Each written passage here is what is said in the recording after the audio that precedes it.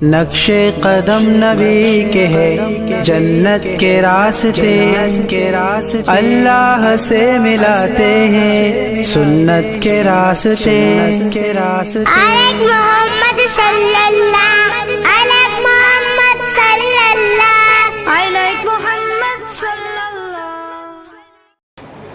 السلام علیکم ورحمۃ اللہ وبرکاتہ۔ الحمد للہ الذی کفا والسلام علی عباد الذین اصطفى اما بعد فاعوذ باللہ من الشیطان الرجیم بسم اللہ الرحمن الرحیم۔ میری معزز اور دینی پیاری بہنوں، آج ہمارا ٹاپک ہے کہ ہم رمضان المبارک کے مہینے کو کیسے گزاریں۔ رمضان المبارک کے مہینے کی آمد ہے ہمارے لیے بھی اور ہماری دینی مسلمان بہنوں کے لیے بھی اور ہمارے مسلمان بھائیوں کے لیے بھی۔ حدیث ہے کہ اللہ کے رسول اللہ صلی اللہ علیہ وسلم ایک دفعہ ممبر پر چڑھے اور بولے اللہ کے رسول اللہ صلی اللہ علیہ وسلم کہ وہ آ گیا۔ صحابہ لوگوں نے اللہ کے رسول سے کہا کہ اللہ کے رسول کون آ گیا؟ تو اللہ کے رسول اللہ صلی اللہ علیہ وسلم پھر بولے کہ وہ آ گیا۔ اس طرح اللہ کے رسول نے 3 مرتبہ کہا تو حضرت عمر رضی اللہ تعالی عنہ فوری کھڑے ہوئے اور بولے کہ اللہ کے رسول کون آ گیا؟ کس چیز کو آپ کہہ رہے ہیں کہ وہ آ گیا؟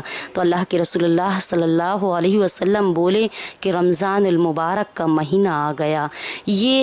اس کی خبر کو سن کر صحابہ رضی اللہ تعالی عنہ کے دلوں میں ایک خوف آ گیا اور ان کے دلوں میں رمضان المبارک کا مہینہ اس طرح سے چھا گیا، اس کی بابرکت اس طرح سے چھا گئی کہ ان کے دلوں میں اس کی اہمیت بیٹھ گئی۔ تو میری بہنوں، کہ ہمارے دلوں میں بھی ایسے ہی رمضان المبارک کے مہینے کی قدر ہونا چاہیے کہ رمضان المبارک کا مہینہ ہمارے قریب آ گیا ہے اور کچھ دنوں کے بعد ہی وہ ہمارے پاس آ رہا ہے، تو اس کی آمد ہمارے دلوں میں بھی ہونا چاہیے، اس کی برکت سے ہم بھی فائدہ اٹھائیں اور اس رمضان المبارک کو ہمیں اس طرح سے گزارنا چاہیے جس طرح سے ہمیں اللہ تبارک و تعالی اور اس کے حبیب یعنی رسول اللہ صلی اللہ علیہ وسلم نے حکم دیا ہے۔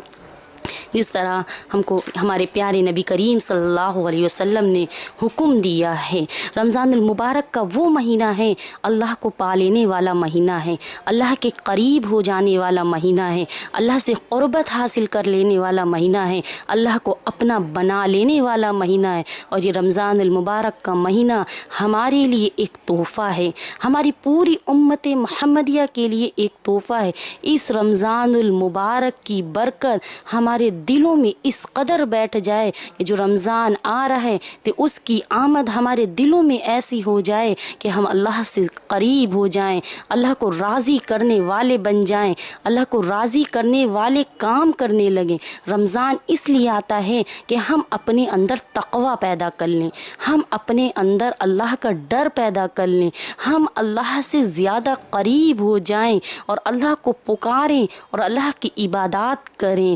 رمضان المبارک میں اللہ تعالی ہمارے اوپر خاص رحمتیں کرتا ہے، اسی لیے اللہ تبارک و تعالی رمضان المبارک کے مہینے میں نفل کو بھی فرض کے برابر کر دیتا ہے اور فرض کو بھی 70 گنا زیادہ ہمارے لیے بڑھا دیتا ہے۔ کتنا اللہ کا کرم ہے ہم تمام مسلمانوں پہ کہ اللہ تبارک و تعالی 11 مہینوں کے بعد ایک 12واں مہینہ رمضان المبارک کا لے کر آتے ہیں اور وہ اللہ تعالی اپنے سے قریب لے کر آتے ہیں کہ اب میرا بندہ ہم سے معافی مانگ لے، اب ہم سے بندہ یعنی توبہ کریں اور ہم اس کو معاف کر دیں، اس کی توبہ کو قبول کر لیں، اس کو جنت دے دیں اور جہنم والے کاموں سے اس کو کیا کریں؟